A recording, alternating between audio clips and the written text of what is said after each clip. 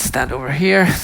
So I thought this was a super interesting story, and I really wanted you to come and tell it here, because this is a lot of effort and cost.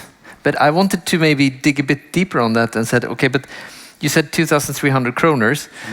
What else is there around that kind of connectivity issue? I think it has to work, and it has to work with security and safety. And as I mentioned, it's difficult for us to find the competence needed to cover all these areas, again, being a small business. So we are very people dependent, and if one guy leaves, then we start almost from scratch. So there's a lot of worry on my side to make sure that we have this working, not only up and running, but also safely. How much effort or time or pain or? It depends, but if I talk to my IT manager, this is something that he's probably thinking about a couple of hours a day at least. Yeah. Okay. And Daniel, I'm super interested in your really technologically advanced office, and slightly jealous of some of the things your employees have that I would like Ericsson to, please. But what's the most surprising thing that you've discovered on this journey of implementing these sort of smart building technologies? Oh, really good question. I mean, I think one of the things really struck me is that we have this, our hybrid work policy that says that you can work from whatever, whenever, and that maybe our office should be empty. But we actually have more people at our office than if we compare with our clients. So we have a good return to office, even though we have that kind of policy. And I think that is due to that we actually are providing a really good employee experience. So we get the people back to the office. And also, we have an even load during the week. So we don't have that kind of peak midweek or it's empty on Mondays or whatever. So we have a really even load. And I think that's really great. Nice. That must have a bit of an impact on the culture and feeling. And yeah, it's great. Conny, there is of course a reason I asked you here. Yeah. We were discussing earlier before, so what if you actually had this amazing indoor 5G gigabit system? Would you consider using that? Yes, for sure. Especially, I think, if it's, again, the small business perspective, if services are included in it. So, and can you kind of elaborate, or feel free to kind of visionary talk? Yeah, I don't know if I'm a visionary. I just wanted to work.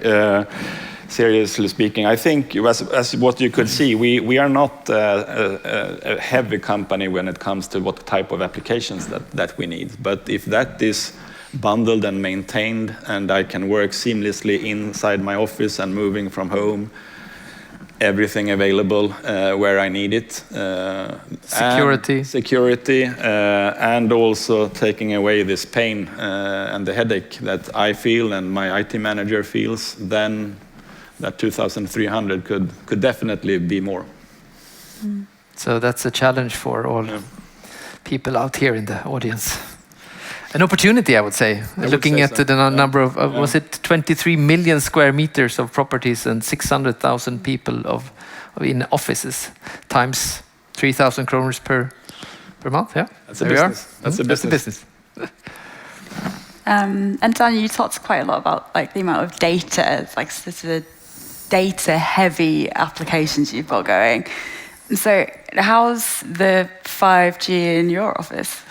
Oh, good question again. So I really didn't give it much thought, actually, to be frank. But I mean, I'm a one phone guy. I have my work and my private life on this phone. I have colleagues who actually have two phones. They have one for work, one for private. And I had a really promising business meeting, but it was kind of a strange fellow who came to the office, and he actually was bringing like a stack of phones. And he lined up the stack of phones on the table and really pointed out that we don't have any 5G connectivity at all in the office. And where would you like to guess who that strange fellow is? Yeah, that one. That one. And tell us where your office is? Yeah, it's in the city center. It's between Sergels torg, city center, Stockholm. There should be 5G there. It should be. Yeah.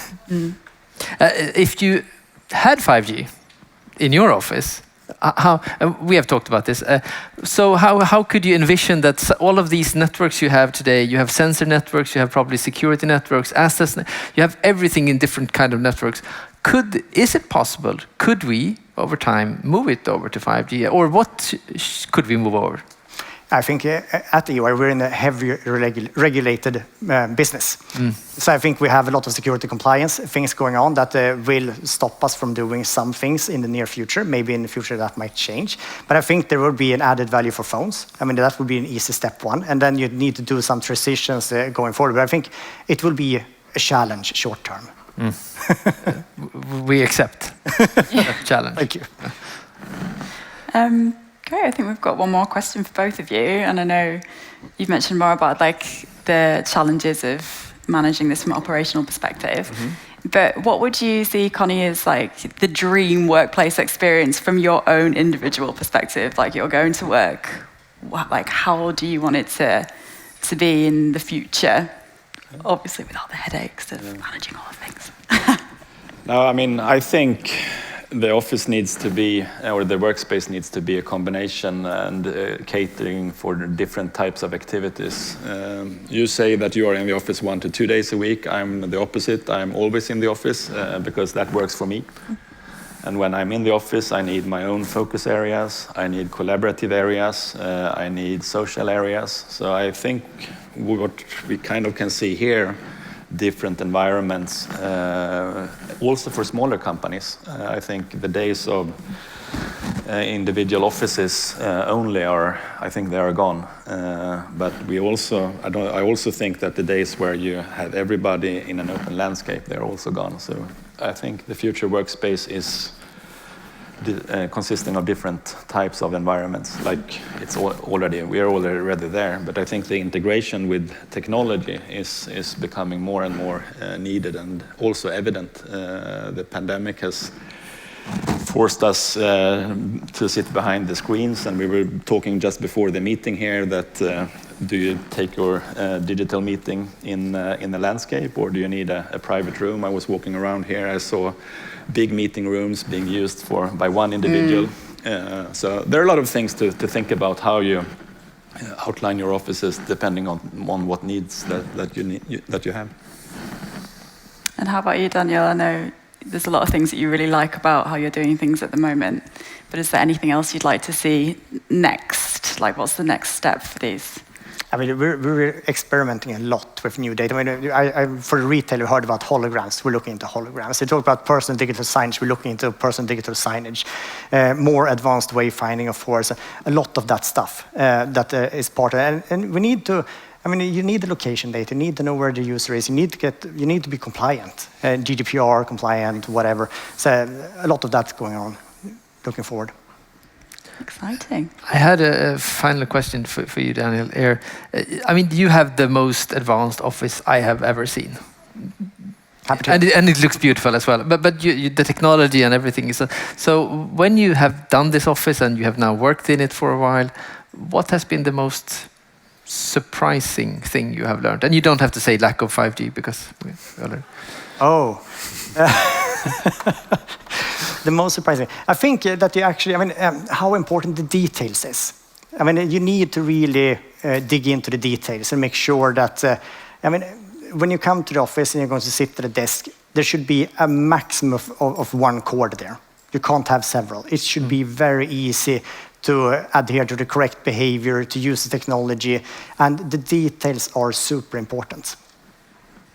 Perfect. Then we know. Thank you very much.